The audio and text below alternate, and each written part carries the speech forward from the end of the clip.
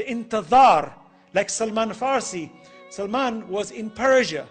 He had an intizar. He was in the monastery. He became a monk.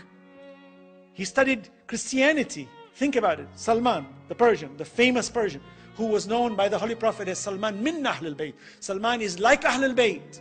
Salman, whose father was a pagan, was a fire worshipper. His father wanted to kill him. He runs away from his father. He has intizar. He's going towards this spirit. This intizar is in us. And Salman leaves his father, escapes, enters a monastery. 10 years. Intizar. He studies the books. He says, something's lacking. I've done everything I need. I'm missing the point. It's not striking my love for the God that I want to worship. I don't see it here. And I'm not saying that some of them were, of course, Ahl al-Kitab, the real ones, the one who believed in oneness of Allah. But the intizar, the Prophet was already alive. He's already in Medina. He's feeling, he doesn't know the Prophet is there. He doesn't even know he exists. And then look at the destiny. وَهَيِّئْ لَنَا مِنْ أَمْرِنَا رَشَدًا. Make my decree good, O Allah. Salman must have prayed that. Must have. That Salman is taken to Medina as a slave. He's a prisoner working for the Bani Israel.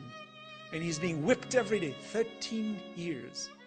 While the Prophet is suffering in Mecca, he's suffering in Medina. Okay? And he starts to hear from the grapevine, there is a man calling himself a prophet. And he's already agitated from that point, in the sense that he's eager to go and meet. They say he was on a tree and his owner was speaking that this prophet of the Muslims has come to Medina now.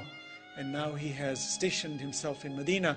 And they were talking about how unhappy they are of the presence of this man. Salman could not contain himself. He jumps from the tree, comes down and asks the owner. He says, he could not stop himself. The owner slaps him and says, go back to work. Salman finds a way that while he's given a chore to go and perform a duty as a slave, he detours in that chore. And he goes and he says, I reached a tent. He says, I saw light coming out of the tent. I entered the tent and I saw the face of the Holy Prophet. And he says, I reached my destiny. I reached it. That intizar.